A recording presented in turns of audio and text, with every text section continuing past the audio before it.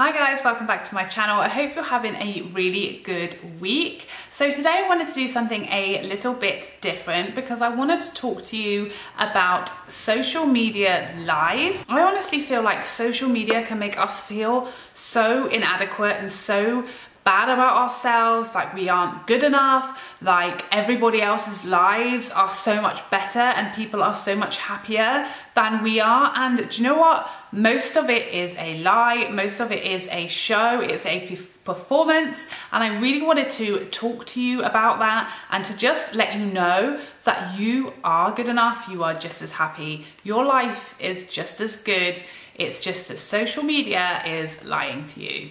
So I've broken it down into 10 lies I see all the time on social media, particularly on Instagram, because I feel like Instagram is kind of the social media platform like designed for us to show off on and to show the best 1% of our lives, and that is all it is. Remember that. This is people's 1%. Some people, like myself, I'll post, you know, when the dog's been sick on me, I'll post when, you know, my kid is screaming, I'll post things like that. But most people, particularly influencers and people like that and famous people, they post the top 1% of their life. The ultimate best bit of their day, of their year is what we see, because that's kind of what Instagram has become about, hasn't it? So I'm going to be talking to you about the 10 biggest lies that I see every day on Instagram.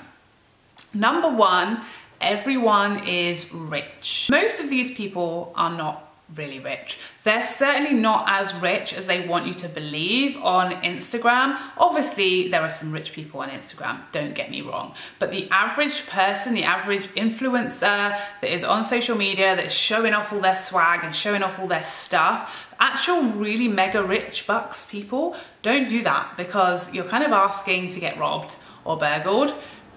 And there's been numerous times and numerous stories that we've seen about people flaunting these mega supercars and these crazy houses and wads of cash, and then it turns out that that wasn't even their car, that they'd hired that car, that actually that wasn't their house, it was a hotel or it was a B&B where they were staying, and it actually wasn't anything to do with them. And you have to just remember that a lot of this stuff is staging, and it is for the photo, and it is for the post that they're trying to put out there and portray, and a lot of it is not the whole story and not the whole truth. Number two, and this is one of the biggest lies I see on social media all the time, and that is that people are forever on holiday. They are always traveling, they are always flying left, right and center, on holiday every single day of their life. All they do is go on holiday. And for some people that may be the case, but the majority of cases, people when they go on holiday, particularly influencers and particularly people like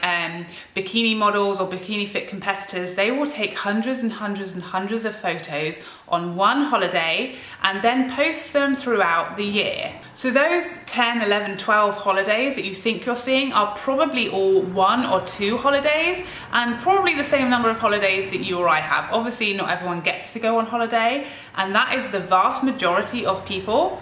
So I looked on the UK Statistics website, and apparently the number of UK residents who went on holiday last year was 42%. So less than half of the UK public, the average person, doesn't even get to go on holiday once. So if you don't get to go on holiday, or you only get to go on holiday once per year, you are incredibly lucky. Luckier than half of the population if you go on holiday even just once. So try to remember that. People are vastly exaggerating the number of holidays and the length of time they're spending on holidays because it's all for an image, and it allows them to be in their bikini and show off their mega amazing bodies. Remember, that is not everybody's life. That is a small percentage of people's lives, and the 50% and more of UK people don't even get to go on holiday at all.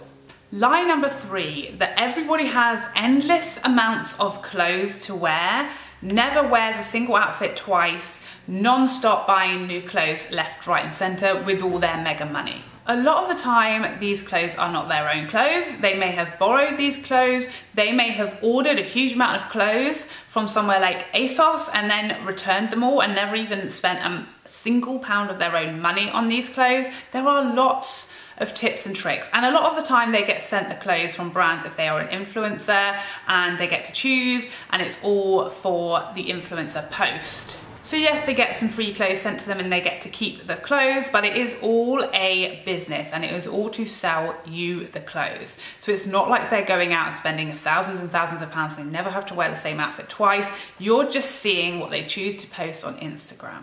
And I bet you they all have their favorite trackie too. Number 4, another hugely common lie I see on social media. Everybody has perfect bodies. Now, first of all, what even is a perfect body? To some people it's to be a size 0, to some people it's to be a size 16 and have mega curves and boobs and bum. To some people it's to be ripped and lean and muscly.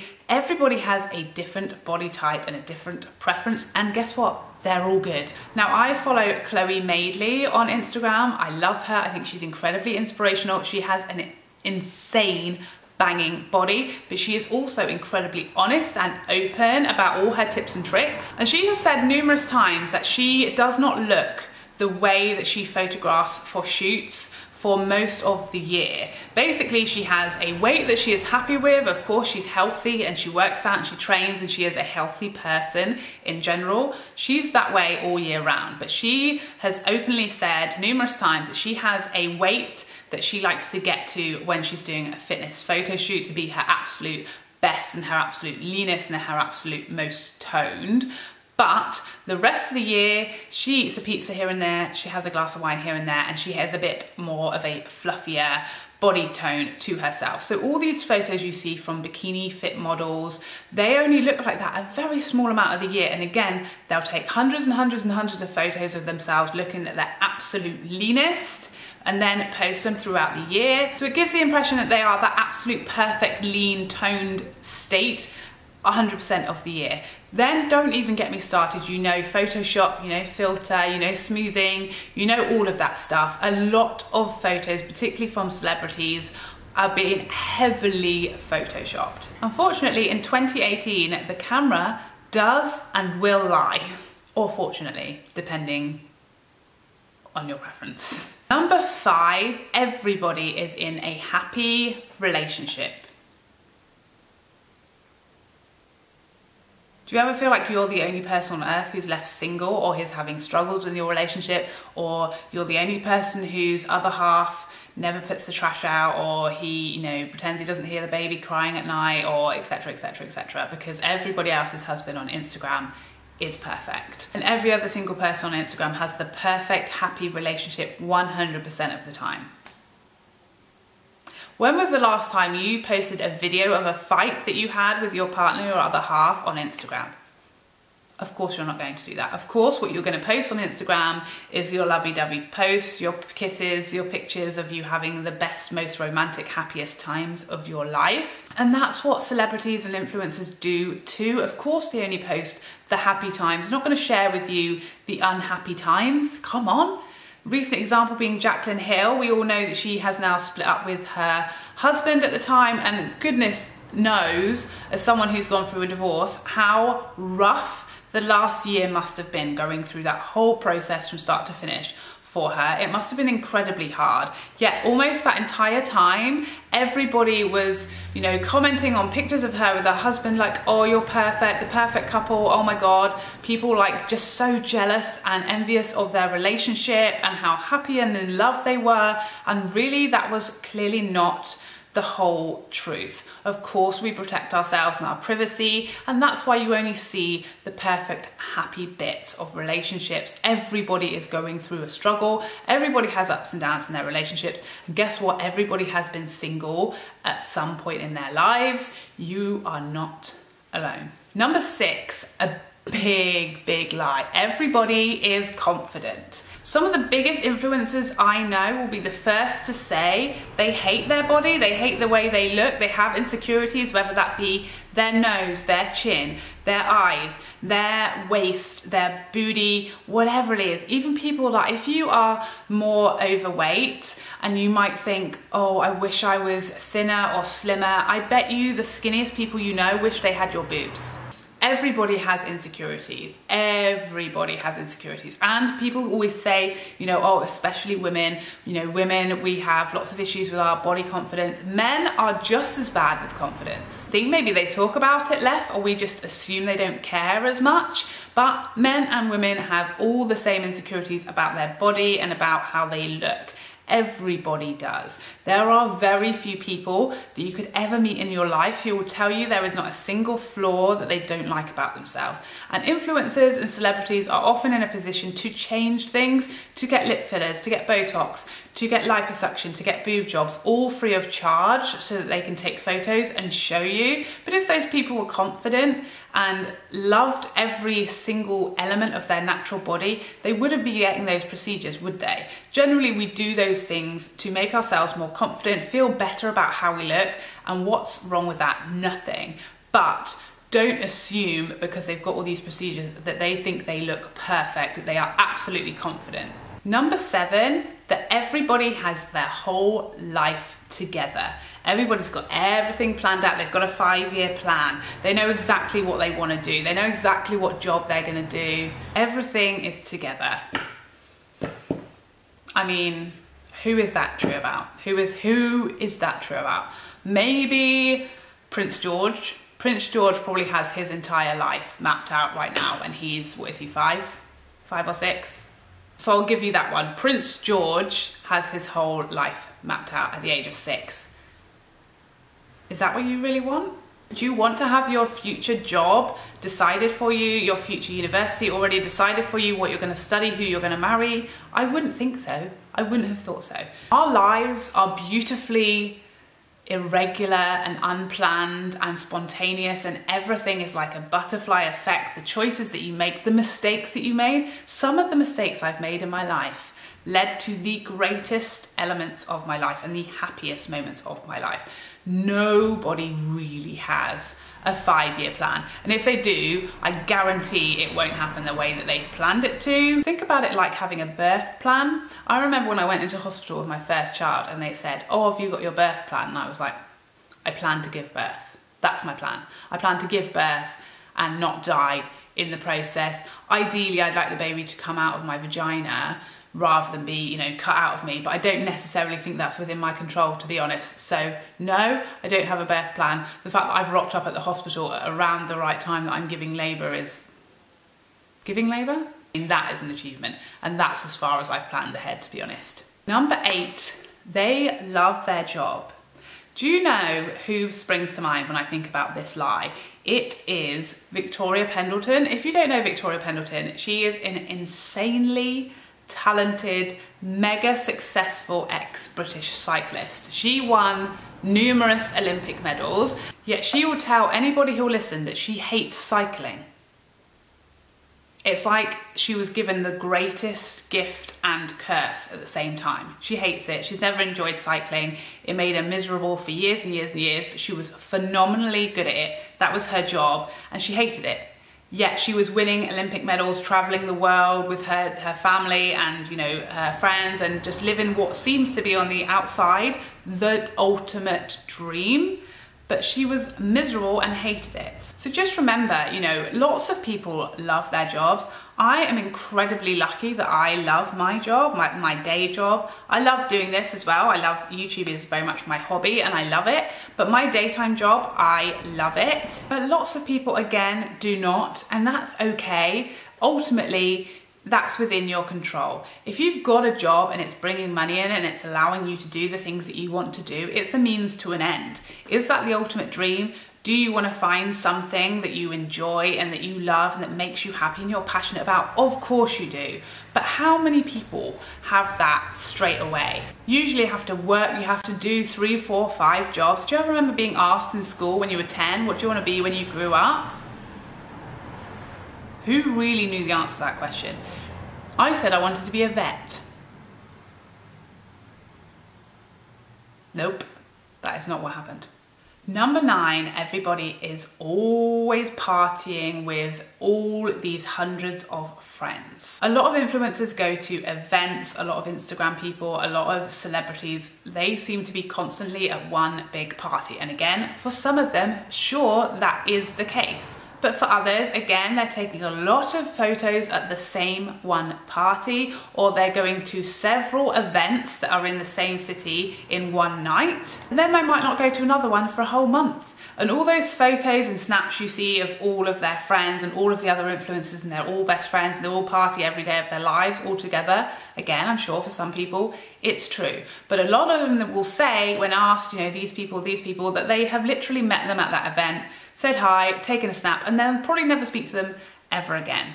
They're not necessarily friends like you and I have friends. They're people that you meet. They're almost like work colleagues. You know, you say hi and it's nice to chat to them, but they're not hanging out outside of these events. They probably don't see each other for months on end. Even after they've been on brand trips together, how often do you see people, you know, on an actual holiday together or around each other's house for dinner or on a date to the cinema? You very rarely do. And I kind of get the feeling that a lot of these people, they just have, you know, their regular friends that are not on YouTube or not Instagram influencers. They have their regular normal friends that they probably spend the majority of their time with, and those are the people that are most special to them, and those are the moments that are most special to them. A lot of them will say like, oh my god, it's almost like a chore going to all of these events. It's like work. And a lot of them probably would rather be home in their PJs watching Netflix. Number 10, their lives are perfect. Do you really think so? Do you really think that that's likely? I remember reading like a couple of months ago or whenever it was that Desi Perkins uploaded the video talking about her struggle conceiving a baby. And that was a huge eye-opener for me because Desi is one of my all-time favorite YouTubers. I think she is stunning, so beautiful, so fun, so funny, so talented, so smart, incredibly skilled at makeup and hair and fashion. She has got everything. Banging body, gorgeous husband, stunning home, the dogs. What could possibly be missing from her life? But as she has said herself, there's a huge thing missing from her life. She's had a huge battle, a huge amount of sadness and depression and a crazy struggle that has no doubt broken her heart and just been the most amount of pain that you can imagine that someone could go through. And who knew? Who would ever have known until she spoke up about it, that that was what was going on for her, you know, behind the camera, behind all the stuff that we see all of the time. That is huge. The other person who sprung to mind for me was Sophie Graydon. If you don't know Sophie, she was on the UK TV show called Love Island, where people go and live in a villa and they hope to find love, and they get coupled up with all different partners to find hopefully like the love of their life. So she was on there, and out of that program every year comes all these social media stars. They're suddenly all over Instagram getting teeth whitening deals and millions of followers, and she very much was you know, came out of the villa and was mega popular. She was absolutely stunning, beautiful, perfect body, bubbly, happy, full of life, just infectious with her smile and her laugh. And if you look at her Instagram page, her most recent page that I will show for you now, just to give you some context, literally that sums up Instagram for me. Insane banging body, stunning, beautiful girl, being paid to advertise stuff on Instagram, you know, absolute happy relationship, looks to be loaded, amazing home and things and clothes, living her best life. But sadly, we know that is not the case, and Sophie actually ended her own life. And looking at this Instagram page, I don't want to make this really, really dark, and I really hope that this doesn't upset or offend anybody, but I really feel like this is the most powerful way to demonstrate the difference between what we see on Instagram and what is really going on in people's lives. Is that this person was obviously deeply unhappy and struggling with a lot of issues in her life, and yet this is what we saw of her. This is what she chose to put out to the public. Devastatingly, in June, Sophie actually ended her own life. And since then, her family has spoken out about her struggle with mental health and depression. And of course, she must have been going through a huge amount of turmoil and sadness and feelings of being alone and not good enough and not coping. that we all go through these feelings and we think that these people are like immune or exempt from them. And to me, she's just such a real example of someone that you would never know what she was hiding behind her stunning, beautiful smile. The whole purpose of this video is not to shame anyone or not to tell anyone that anyone's doing anything wrong. Remember that social media is not necessarily a snapshot of people's lives. It is elements they choose to share, the best bits that they choose to share. It's like their highlight reel, if you imagine. Don't think that they are showing you all of the highs and lows and ups and downs and in-betweens. They are just showing you the absolute diamond at the top. I really hope you guys enjoyed this video and got some comfort and reassurance out of it. If you did, please like and subscribe before you go so I can see you again. Otherwise, take care for now. Bye, bye, bye, bye, bye.